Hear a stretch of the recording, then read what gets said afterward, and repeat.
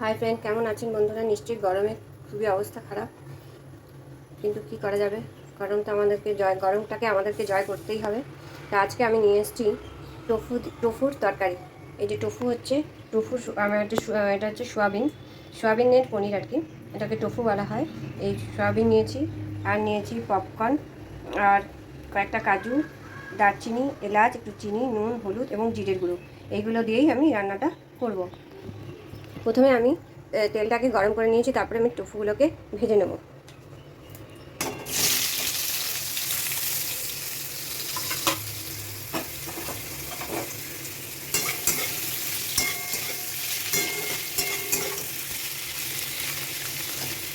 টোফুগুলোকে একটুখানি নুন আর একটুখানি হালকা করে হলুদ মাখিয়ে নিয়েছি, দিয়ে এরকম করে হালকা আছে এটা হালকা একটু ভেজে নেবো। বেশি ডিপ ফ্রাই করবো না, ডিপ ফ্রাই করলে কী হবে, টোফুগুলো খুব শক্ত হয়ে যাবে। এই জন্য জাস্ট একটুখানি হালকা ভেজে নেবো।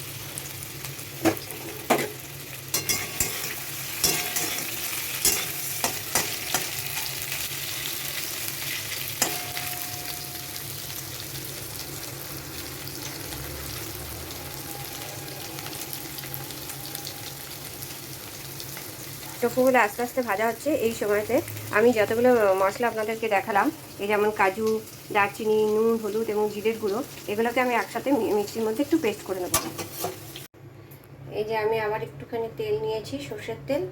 আর এই যে আমার টোফুগুলো এরকম ভাজা হয়ে গেছে, ভাজা হয়ে এরকম হালকা একটা ব্রাউনিশ কালার এসছে, বেশি ভাজা হয়নি।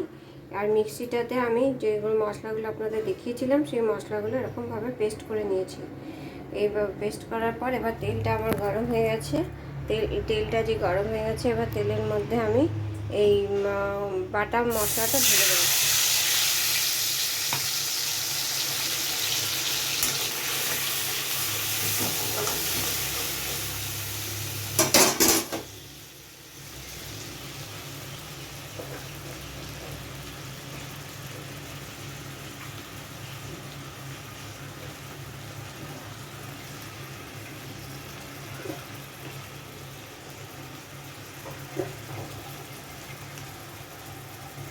এরপরে একটু কাশ্মীরি মির্চি দিয়ে দিলাম,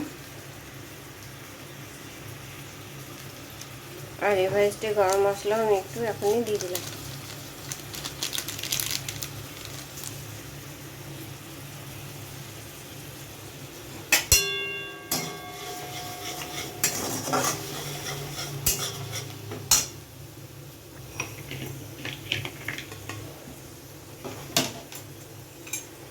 মশলাটা ভাজা হতে হতে এবার কর্ন আর নুন, হলুদ এবং জিরের গুঁড়ো দিয়ে দিচ্ছি।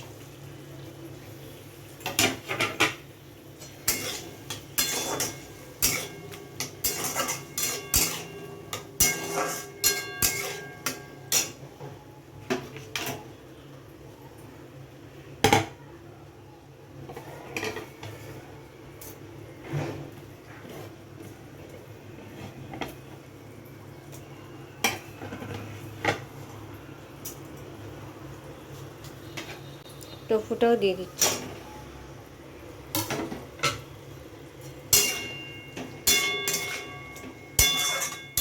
যদি ঘরে দই বা বাটার কিছু থাকে সেটা দিলে আরও ভালো হয়। দই বা ক্রিম, মিল্ক ক্রিম যদি থাকে তাহলে আরও এটা ভালো টেস্ট, আরও ভালো হয়। কিন্তু আমার ঘরে এখন দই বা মিল্ক ক্রিম কিছু নেই, তাই আমি একটু সামান্য পরিমাণে নামানোর সময় গুঁড়ো দুধ দিয়ে নামিয়ে দেবো। এবার এটা এর মতো আপন মনে হতে থাকবে। আমি একটু রসটা না ঢুকলে টোফুগুলোর টেস্টটা ভালো আসবে না, সেই জন্য আমি এটা ঢাকা দিয়ে দেবো। এটা আপন মনে হবে। এই যে টোফুটা মক্কা দিয়ে সেদ্ধ মানে তেলের মধ্যে আমি ফ্রাই করতে দিয়েছিলাম, এখন এই অবস্থাতে টোফুটা চলে এসছে। টোফু আর মক্কা মোটামুটি মিশে গেছে। এখন আমি দিয়ে দেবো 1 কাপ গুঁড়ো দুধ।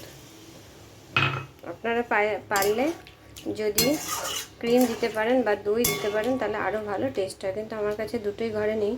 আমার কাছে গুঁড়ো দুধ ছিল, সেই জন্য আমি গুঁড়ো দুধটা অ্যাপ্লাই করলাম।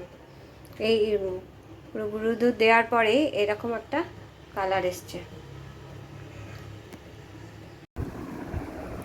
এই যে আমার টোফু দিয়ে মক্কা, টোফু দিয়ে সয়াবিন মানে পনির রান্না পুরোপুরি কমপ্লিট।